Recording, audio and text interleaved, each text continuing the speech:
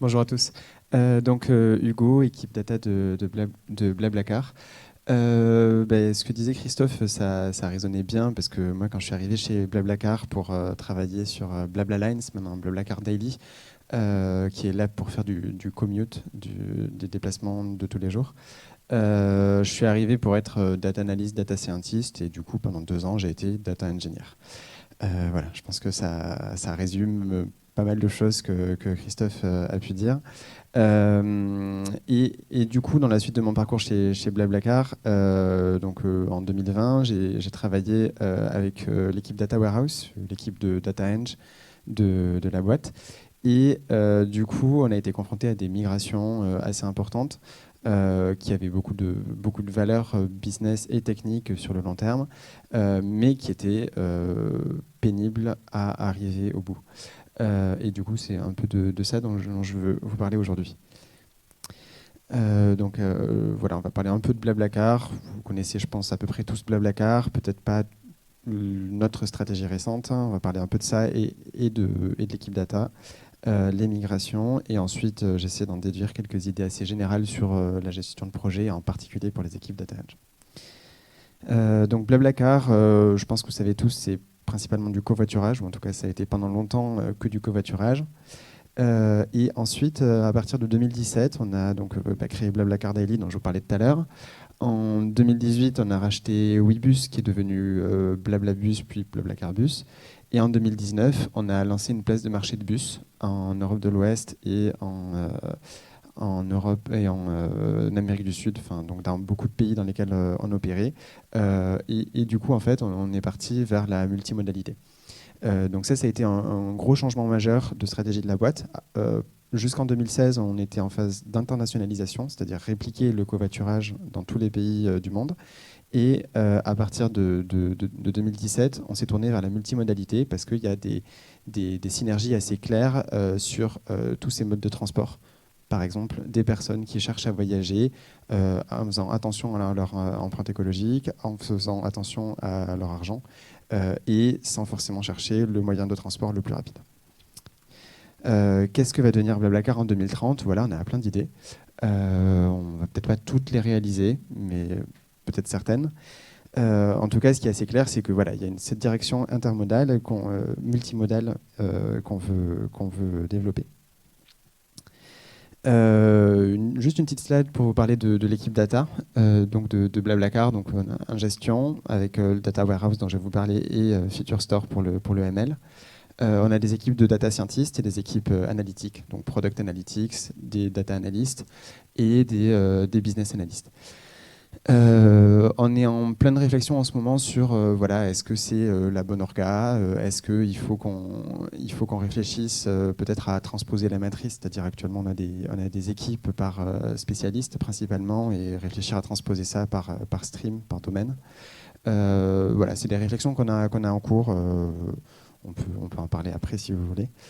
Euh, voilà. Vous pouvez aussi en parler avec Manu et Kinret qui sont en plein dans ces discussions. Voilà. Donc des migrations techniques, donc voilà, je pense que ça parle à beaucoup de monde. Voilà, j'en parlais même tout à l'heure avec vous quand vous êtes arrivés. Des migrations techniques, donc il y a eu la migration vers le cloud, donc ça c'est typiquement une migration technique et qui a beaucoup de valeur parce qu'aujourd'hui on est très content d'être dans le cloud et ça marche beaucoup mieux que quand on était sur Vertica. Euh, mais du coup, par rapport au virage vers la multimodalité dont je vous parlais tout à l'heure, on avait deux grosses migrations à effectuer. La première, c'est l'unification du reporting. Donc, par suite du rachat de Webus qui utilisait Click, il fallait unifier les warehouses. Et voilà, on s'est posé la question, on l'a fait, et on est très content de l'avoir fait parce que maintenant on a tout au même endroit. Et donc, bon, je vous ai mis le nombre de rapports Click qu'on avait, hein, voilà, c'était très gros. Et le deuxième projet, c'était donc d'adapter le warehouse à la multimodalité. Donc c'est ce on a appelé la refonte du data warehouse, avec en fait beaucoup de buts. Donc là, j'en ai mis quelques-uns. Et en fait, quand je suis arrivé sur ce rôle de PM pour le warehouse, euh, je me suis rendu compte qu'en fait, on ne savait pas exactement la raison pour laquelle on faisait ça. En fait, il y avait des objectifs, donc c'était principalement adapter le warehouse à la multimodalité et du coup aller unifier les conventions, c'est concrètement payer la dette technique qu'on avait accumulée pendant assez longtemps, mais qui était en fait inévitable. Et je pense que c'est ça qui est important à se rendre compte, c'est que c'est naturel dans une entreprise. Dans une entreprise comme Blablacar qui prenait le covoiturage comme quelque chose qui était complètement implicite. Blablacar égale le covoiturage. En France, c'est quasiment une équivalence. Mais en tout cas, voilà. Donc, le covoiturage était une évidence. Donc, toutes les naming conventions supposaient qu'on parlait du covoiturage. Et une fois qu'on rajoute différents modes de transport, bah, du coup, il n'y a plus que le covoiturage. Et donc, il y a beaucoup de choses qui étaient implicites et qui ne le sont plus du tout. Voilà, on avait des bookings, mais des bookings, maintenant, on en a pour tous les modes de transport différents. Pour les bus, on n'a pas les mêmes modes de réservation. Enfin, il y a beaucoup de choses qui étaient différentes. Et du coup, bah, il fallait reprendre ce warehouse et aller mettre ça de manière un peu plus claire. Et par ailleurs, on voulait en profiter pour améliorer la doc, améliorer le traitement des données personnelles, comme tu l'as dit Christophe, la meilleure manière de garder une équipe. Voilà. Donc les deux projets ont en commun qu'ils ont pris beaucoup plus de temps que prévu. Pourquoi bon, bah alors, pour le premier, Click, en fait, ça avait été développé de manière assez low-code, enfin c'est très low-code, Click, et du coup il n'y avait pas l'abstraction du warehouse qui avait été faite, donc il y avait ce travail à effectuer. Pour le bus, il y a ce qu'on appelle un Inventory Management System, qui est un provider qui nous fournit en fait la plupart de la complexité technique de la réservation de tickets de bus. Mais leur cœur de métier, c'est pas de faire de la data, et ils travaillent avec des opérateurs beaucoup plus petits que nous, qui n'ont pas les mêmes ambitions data que nous. Du coup, ils n'étaient pas forcément au top sur les méthodes d'ingestion qu'on souhaitait. Et par ailleurs, il y avait plein de sujets sur, par exemple, quand tu es au milieu d'une migration, il faut continuer à maintenir la stack existante tout en développant la suivante qui, en plus, a beaucoup de différences avec la nouvelle. Et du coup, il fallait arriver à trouver un peu ça. Et du coup, j'ai dit un peu en résumé, le double run, c'est un double prix à payer. Et c'est un double prix à payer qui est à payer en temps et en coût. Parce que voilà, quand on est sur BigQuery, par exemple, chaque requête coûte un peu d'argent. Du coup, là, il fallait payer pour les deux et pendant longtemps. Et par ailleurs, un seul ingé avec l'expérience métier bus qui était nécessaire. En fait, on ne se rend pas forcément compte comme ça, mais il y a quand même une certaine complexité dans le warehousing pour des données de bus, parce que quand on va faire des fiches horaires, on va faire des lignes, on a pas mal d'objets business qui sont en fait assez compliqués à mettre en place, et donc voilà, ça c'était un peu compliqué. Et sur le deuxième projet, du coup, en fait, ce que j'ai compris au fur et à mesure, c'est qu'il y avait il y avait un historique de faible staffing de l'équipe qui avait été résorbé récemment, un petit peu avant que j'arrive sur ce projet. Mais du coup, pendant très longtemps, on avait accumulé de la dette technique, qui est quelque chose qui est assez classique, je pense, sur les équipes data eng, comme on a vu tout à l'heure. Et du coup, il y avait une volonté des data eng qui étaient sur ce projet d'aller résorber cette dette technique d'un coup pour plus en parler et passer à la suite. Et ça, je pense que c'est quelque chose dont il faut avoir conscience, c'est que la dette technique, on en aura toujours. On ne peut pas tout résorber d'un coup, c'est juste impossible en fait. Et du coup, en fait, il y a vraiment des trade-offs, des compromis à faire en permanence sur qu'est-ce qu'on veut résorber, qu'est-ce qu'on accepte de garder en l'état, tout simplement pour avoir un projet qui, à la fin, se conclut. Et du coup, ça faisait qu'en fait, il y avait beaucoup de composantes à ces projets qui faisaient qui n'avaient pas été anticipés au début, parce que je pense franchement que ce n'était pas vraiment anticipable. Mais du coup, c'était un projet dont le scope a augmenté mécaniquement pendant assez longtemps. Si on essaie de voir un peu les points communs qu'il y avait sur ça, c'était des gros projets. Je pense qu'ils ont coûté chacun des deux peut-être 2 à 3 années de dev. Donc, ce n'était pas des années calendaires, c'était des ans hommes. Donc, c'était deux gros projets qui étaient nécessaires et simultanés dans une équipe qui n'était pas assez staffée, et surtout qui n'avait pas été assez staffée dans le passé. C'était plutôt ça le problème, donc dette technique qui a été associée. Le bon point, c'est que c'est des projets qui sont impactants pour le futur. J'ai mis les 10 prochaines années. Je ne sais pas si c'est les 8 ou les 40 prochaines années, mais en tout cas, c'est pour longtemps. Et aujourd'hui, avec du recul, on est hyper content de ça parce qu'on a un environnement de travail qui est très clair. Aujourd'hui, je manage une équipe de data analyst et on a un accès aux données qui est très propre, très clair. Donc voilà, ces 3 migrations nous ont apporté beaucoup de valeur, je pense. C'est juste, ça a été dur de finaliser ça. Et du coup, mon point principal, c'est aussi de dire que certaines tâches constituant ces projets auraient pu être séparées de ces projets et priorisées séparément. Donc ça, c'est ce que je vais essayer de résumer juste après. C'est quelque chose qui est assez évident, hein, honnêtement, si on se pose ces questions. C'est, voilà, est-ce que donc, le projet peut se découper en tâches? Quasiment tout le temps, on découpe un projet en tâches, c'est un peu la base. Et ensuite, quand on regarde à chaque tâche indépendamment, est-ce qu'elle est vraiment absolument nécessaire pour atteindre l'objectif principal qu'on s'est posé? Si c'est le cas, bon, va falloir la faire. Donc il faut la sizer indépendamment, bien sûr, mais il faudra bien finir par la faire. Si elle n'est pas absolument nécessaire, en fait, ça c'est un peu un schéma de pensée qu'on a retrouvé plusieurs fois dans les discussions avec les data eng. C'est tant qu'à faire ça, autant faire aussi ça d'un coup. Et ce qu'il faut comprendre quand on entend ça, c'est on n'a pas pu le faire avant, là on y est, on va le faire. Et ça se comprend, hein. Ça se comprend quand on a des data eng qui ont bossé pendant 5 ans sur une stack, qui voulaient résorber les problèmes qui faisaient qu'au jour le jour c'était pénible. Mais en fait, cette réalisation, je pense que la question minimale qu'il faut se poser, c'est est-ce que vraiment il y a des synergies? Les synergies, c'est-à-dire est-ce que le fait de faire ces deux tâches simultanément, ces deux projets simultanément, est moins coûteux que de les faire séparément? Et ça, je pense qu'il y a un biais cognitif qui est assez classique, qui est de se dire, voilà, on veut faire ça pendant qu'on est sur le projet, on va finir de réaliser ça, sans se rendre compte qu'en fait, il n'y a aucun intérêt de coupler ces deux projets. Et en fait, un projet, c'est toujours plus simple si on le coupe en petits bouts et qu'on résout chacun des bouts séparément. Ça augmente la visibilité de tout le monde sur le sujet et ça donne plus de confiance. Et en fait, voilà, en réalisant un peu ce travail, finalement, on se rend compte assez facilement que sizer les tâches séparément et les séparer le plus possible, ça permet de gagner beaucoup en confiance. Donc gagner beaucoup en confiance, ça ne veut pas dire qu'on peut faire un sizing qui va être tenu à la semaine près, mais déjà, ça permet d'être meilleur sur le reporting. Et voilà. Et du coup, s'il n'y a pas de synergie énorme, en fait, c'est souvent mieux de séparer la tâche du projet. Voilà, ça c'était quelques petits trucs dont on pouvait parler. On en a un peu parlé avant, ce qu'on appelle fail, learn, succeed, qui est quand il y a un projet qui se passe mal, on en parle derrière, on acknowledge ça et ensuite on va de l'avant. Les rétros, voilà, je ne vais pas en reparler. Et sinon, un concept que j'aime bien, qu'on ne fait pas systématiquement, mais qui est assez sympa, ce qu'on appelle les Rolls-Royce Days, qui sont 2 semaines qu'on peut sanctuariser en fin de quarter, où on passe du temps qu'on dédie à améliorer la qualité en général. Ça peut être de la doc, ça peut être résorber de la dette technique, ça peut être des manières un peu de casser le rythme de delivery qu'il y a de manière générale.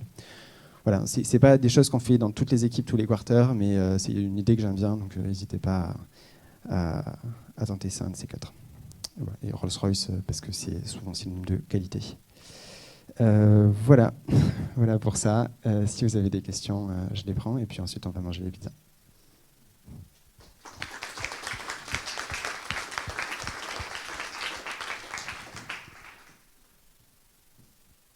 Merci, soyez pas timide. Sinon, moi, j'ai une question pour toi. On n'a pas parlé de chiffres. Tu nous disais que les projets avaient glissé, mais on parle de 50%, 80%, 100%.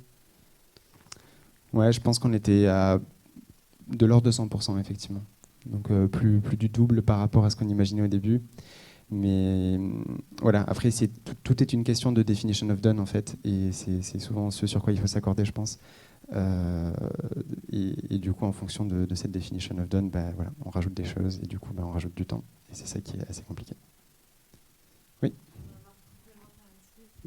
Je me demande aussi parfois si on avait su au début du projet le temps que ça prendrait, est-ce qu'on l'aurait vraiment fait, alors qu'une fois que c'est fait, on est vraiment très content de l'avoir fait. Donc voilà, moi je parle de migration de warehouse chez nous, par exemple.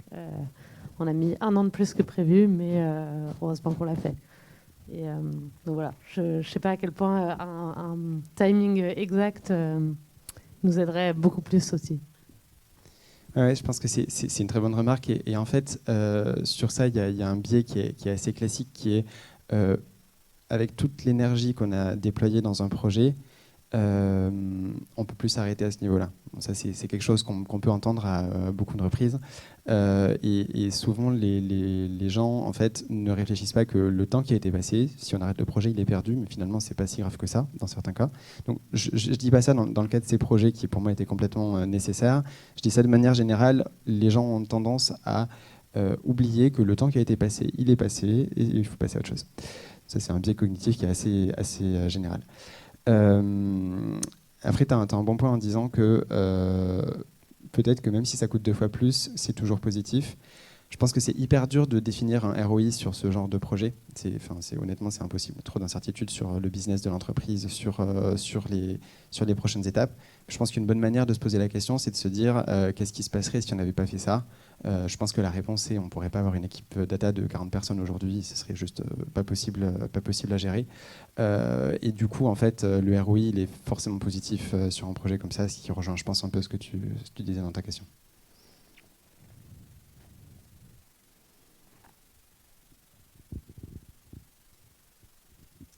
Merci, merci pour la presse, toujours aussi intéressant.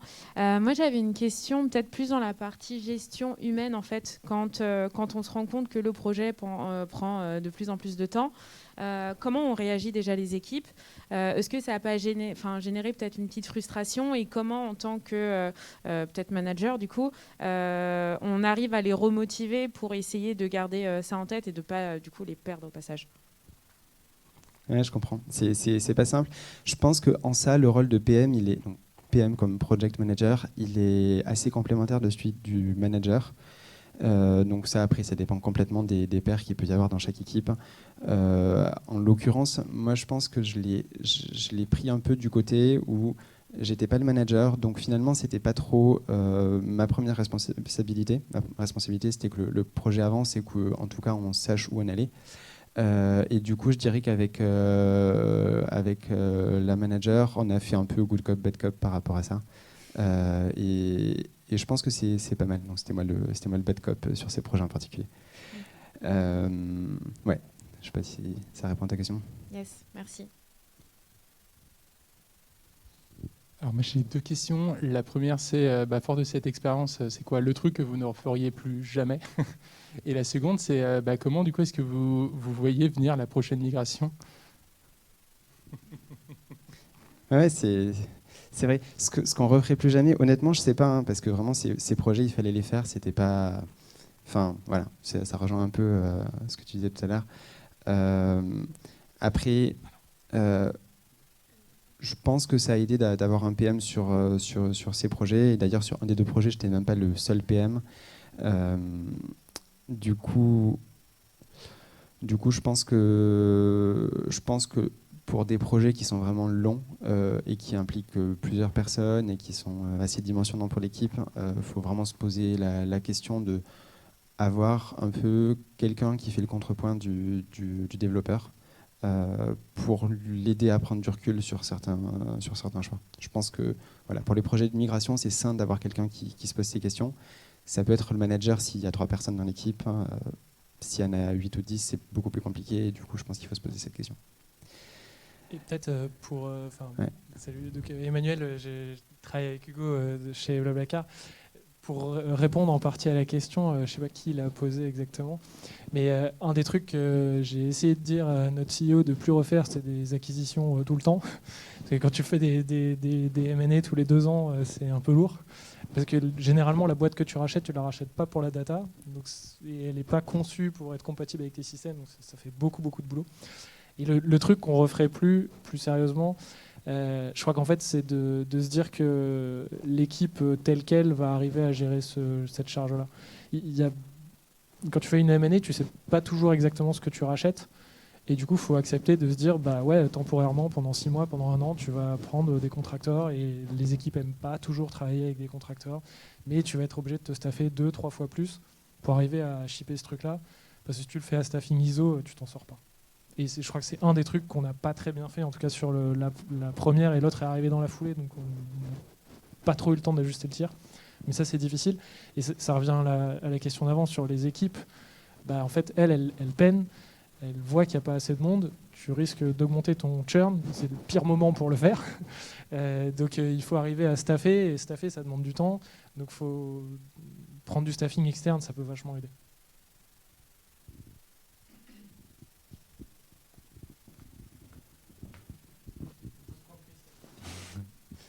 J'ai une question-remarque. Est-ce que vous avez, pour vous aider dans la migration, développé un outil, visualiser l'état de la migration, gamifier la migration? Ma remarque, c'est j'ai fait ça et ça a vachement aidé la migration. Gamifier, je dirais pas qu'on l'a fait. Ouais. C'était pas l'humeur du moment, pour être tout à fait précis. Non, mais on peut s'amuser dans beaucoup de choses, donc pourquoi pas. Non, je veux dire, on avait des dashboards d'avancement du projet, des choses comme ça, mais assez classiques. Mais si tu veux rajouter des détails par rapport à ça, je suis sûr que ça intéressera plein de monde. Le truc qui m'a inspiré là-dessus, c'est Pinterest qui a fait une grosse migration de, je crois, 500 DAG Airflow, un truc comme ça. Enfin, de 500 DAG vers un vieux système, vers Airflow. Et en fait, ils ont développé un outil complet où, en fait, l'idée, c'est quand tu migres, tu poses ton cerveau. Donc, en fait, le seul truc que tu fais, tu suis une étape bête. Et comme ça, tu rends la migration comme un truc, tu sais que c'est une douleur. Et du coup, tu sais que tu poses ton cerveau quand tu le fais. Et tu as juste à suivre des instructions dans une interface. Et tu le fais. Tu as une interface où quand les trucs sont vraiment très chiants, tu cliques sur des boutons et ça le fait pour toi. Bon, t'es l'humain qui le déclenche, mais l'interface le fait pour toi. Et pour l'avoir mis en place sur une migration chez Conto, ça a été dur pour les gens qui ont migré, mais ça a fait que ça a tenu un mois pour migrer 250 requêtes SQL. Voilà. Pour compléter un petit peu ça, quand on a eu à faire une migration un peu similaire pour justement tout passer sur BigQuery, on a fait un transpiler de requête SQL PG vers requête SQL BigQuery pour justement arriver à traduire semi-automatiquement, mais post-review, les requêtes SQL. Faut l'open sourcer. Non, c'est dégueulasse. Je trouve que c'est assez souvent le problème par rapport à ça. C'est que, on développe des choses in-house et c'est quand même franchement pénible de passer à l'étape c'est beau et on veut se vanter d'avoir fait cet outil. Donc, je comprends ce que tu veux dire. Moi, deux remarques complémentaires sur la gamification à peut-être plus petite échelle. Nous, maintenant, systématiquement, quand on a besoin de repasser sur toute la BI, parce que j'en sais rien, là, nous, on a introduit multi-currency dans la BI, donc on a tout repris pour ça. Et on a alloué tout à chaque truc à une personne, juste pour pouvoir avoir un leaderboard de qui en avait combien encore à migrer. Et ça, c'est un petit tip qui marche super bien, parce que ça, genre, tous les jours, ils veulent plus être en tête du leaderboard, quoi. Et ça marche assez bien. Et un deuxième truc, c'est je pense qu'il ne faut pas hésiter à investir sur les gros projets de migration, à investir dans des outils d'automatisation.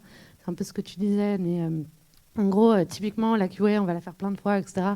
Toutes les fois où on se dit non, mais on va le faire à la main, en fait, on le paye très très cher. Après, je pense qu'il ne faut pas hésiter en début de projet à investir dans des scripts, etc., automatiser un maximum tout ce qui est possible.